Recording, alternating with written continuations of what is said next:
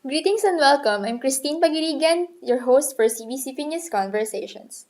It's gonna be a wonderful chat today, guys. I'm so excited for you to hear this because joining me is a gorgeous, wonderful lady and very passionate about the mission. And we're gonna talk about charity, about change, and how we can sustain our society more. And we need to build a resilient community. So, meron tayong mga ginagawa at gustong-gusto namin i-share yan sa inyo para naman mas maging maganda ang ating mga buhay at magkaroon tayo ng hope further. So, wag na natin patagalin to. Let's all welcome Miss Kritzia Santos. And I know her by her nickname Kring. So, tatawagin natin siyang Miss Kring. Hi, Kring! Hi, good She's the program coordinator for NASA sa Lead to Heal.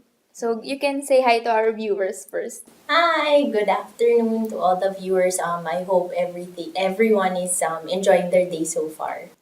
So exciting na. So, na-mention ka na kanina, we are gearing towards a more resilient community and Lead to Heal project is one of those ways. So, can you tell us more about Lead to Heal. Mhm. Actually, Lead to Heal was conceptualized because of when the typhoon Haiyan came, when Yolanda came. There were so many efforts, especially efforts in the church. Yes. So much effort. So there were 9 dioceses that really were very active in the operations for Yolanda. And so it was realized when NASA Caritas Philippines as a social secretariat with other consultants, they said na maybe our directors or our staff can become more resilient in terms of handling situations. So that's why this was conceptualized, the Lead to Heal program. It's a management and leadership program. Okay.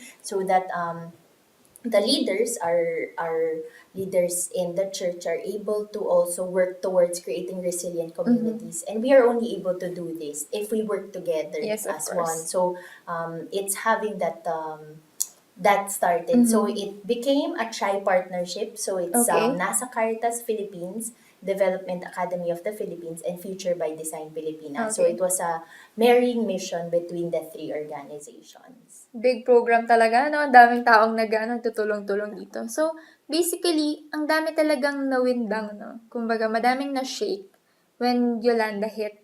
And one of the church's realizations would be we need to build a more resilient community. And through Lead to Heal project, gagawin natin siya. Pero specifics, parang paano yung process niya? How did you choose the people? Ilan yung mga taong nandito sa formation na to? Ganun. Okay.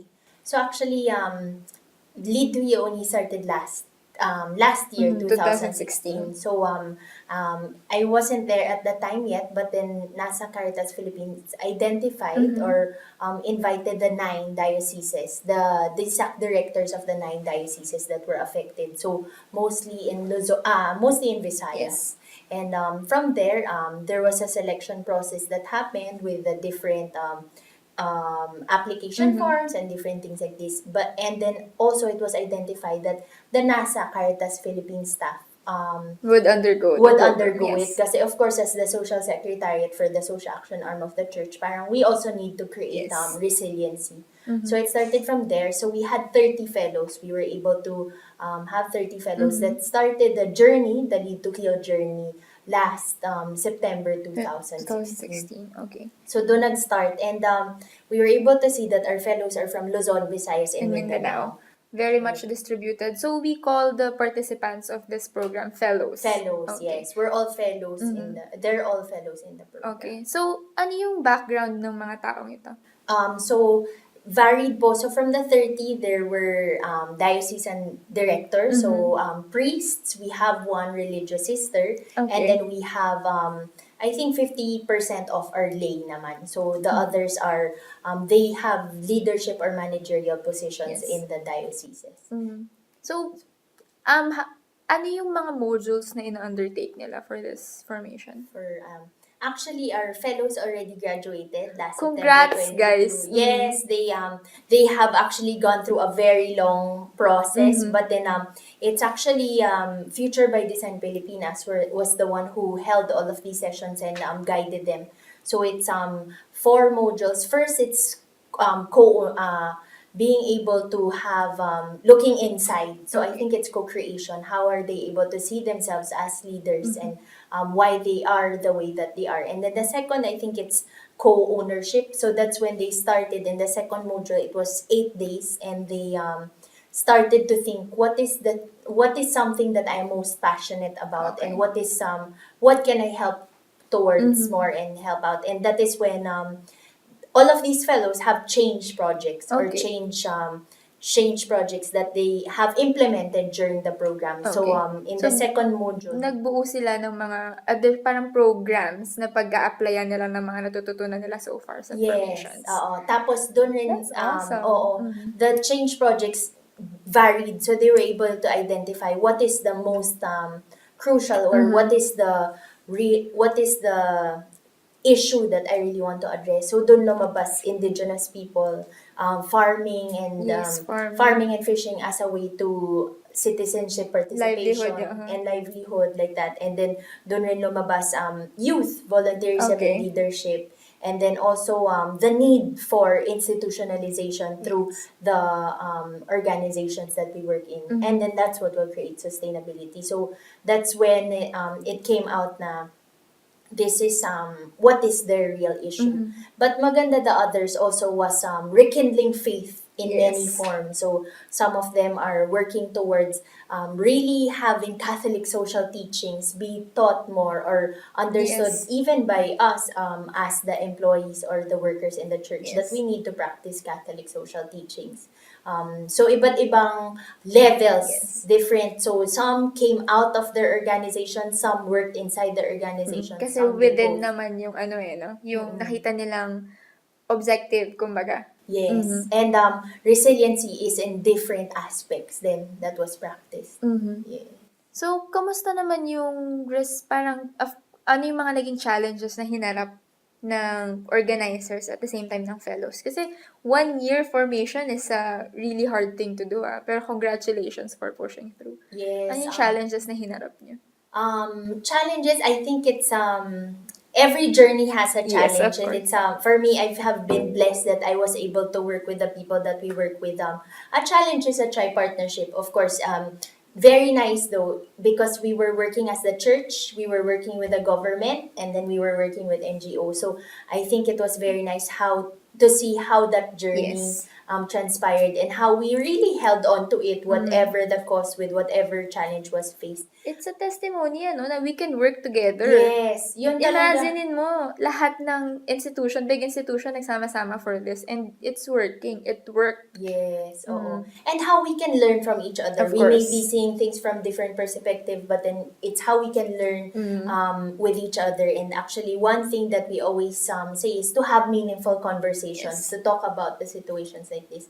But I think journeying with the fellows has been my greatest joy. Being Aw. able to work with them, or Mhm. just even call them up. Minsan yung mga iba walang internet connection, pero kulit, like that. Pero I think the challenge for the fellows was, aside from this program, Yes. this is just a program that they're undertaking, but they have so many other responsibilities. Multitasking. Yes, oo. So even my boss, Father Edu Garrigues, Yes. who is the NASA Executive Secretary, was a fellow. So imagine Okay, he has wow. multiple different things to do, but then he took he had the Program. courage to take this commitment to have. So may mga iba na they're DSAC directors, but they're also directors or presidents in the school, plus this program, and then so many other things.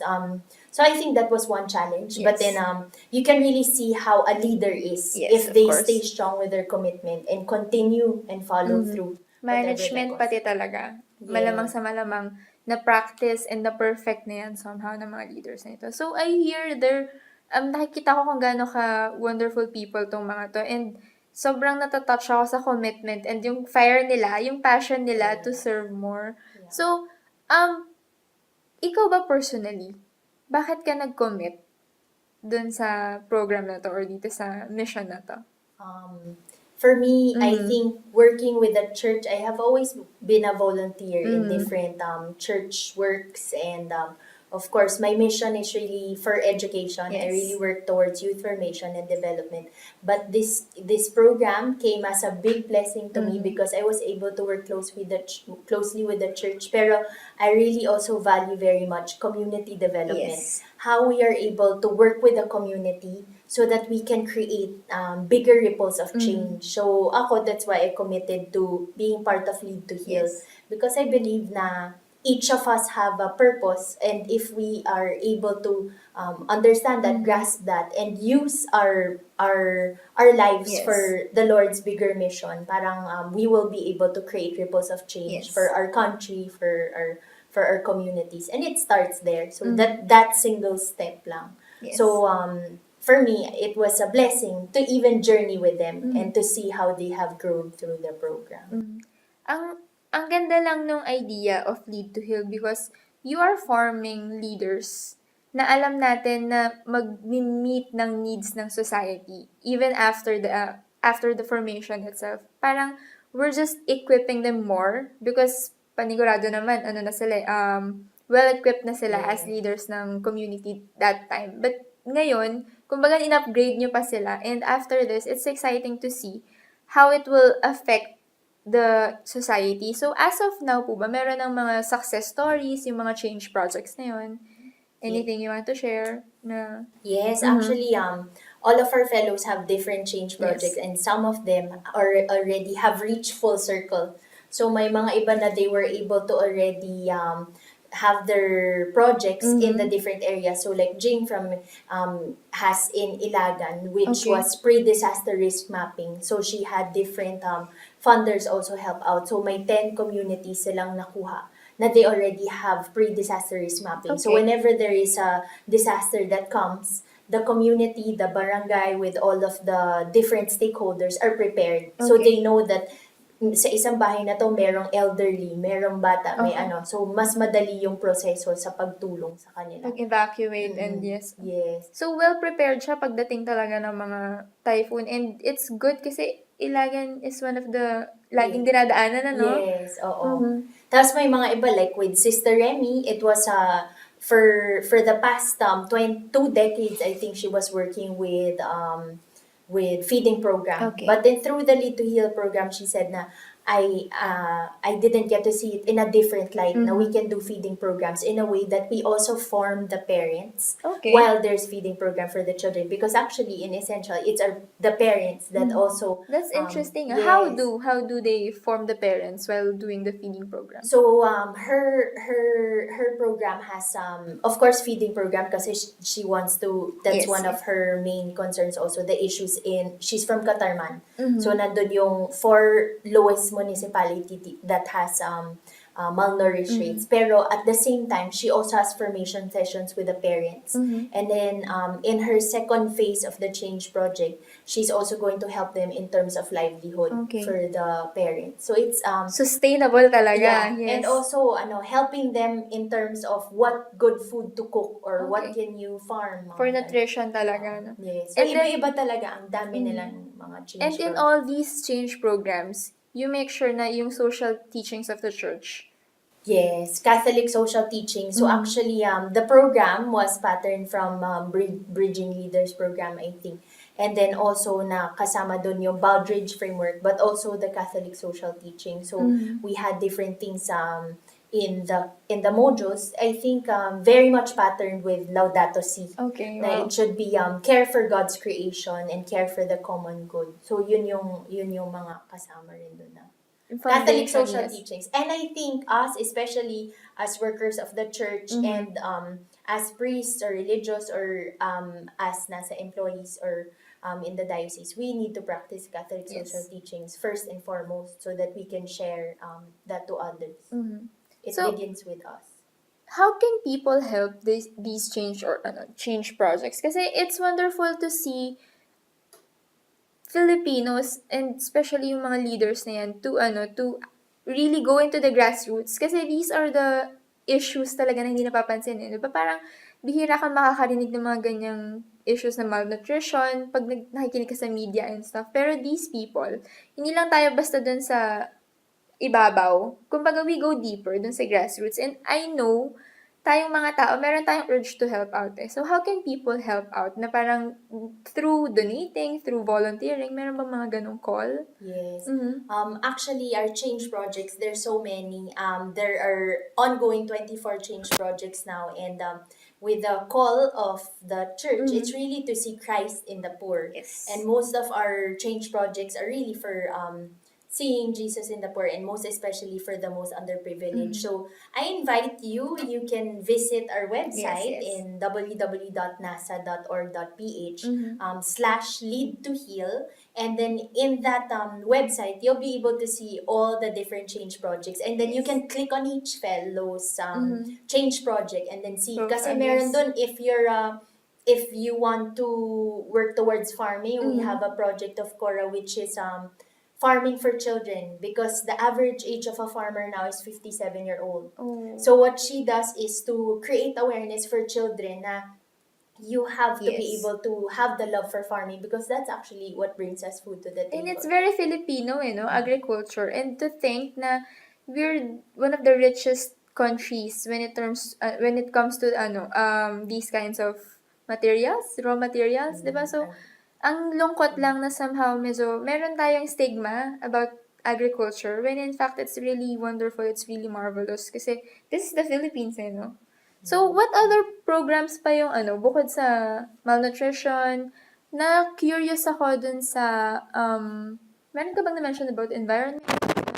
Mostly all of them have environment. So actually, kasi yun yung Laudato Si, diba? Yes, of We course. have to Naging take care of foundation. our environment, because Lead to Heal also came upon about from Yolanda na we need to care for Yes. God's creation in terms of the environment. But then there are some programs that are really focused on the environment, but then also with Father Galen in Gomaka, he has a scholarship program working with the parents to be more self-sufficient for the children when they go to university. But then the formation session that they do is so that they can have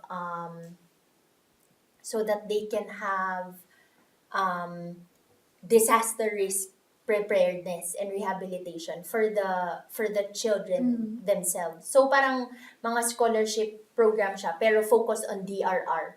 So DRR. marami disaster risk reduction. So marami mga in terms of environment, mostly it's included as well. Okay. Oo. For everything. So, ayan. Sorry about that. Okay, so, do you have online presence tungkol dito? Kasi, ang ganda ng mga nangyayari and it's really gonna bring hope and light to people. Pero, do you have online presence like sa Facebook page? Do you put in regular updates or per change project ba siya? How do you let the people know about the updates, ganun? So we're working now with the Lead to Heal website, but then we'll try to work more with the NASA, Caritas Philippines Facebook page, and update their change projects through there.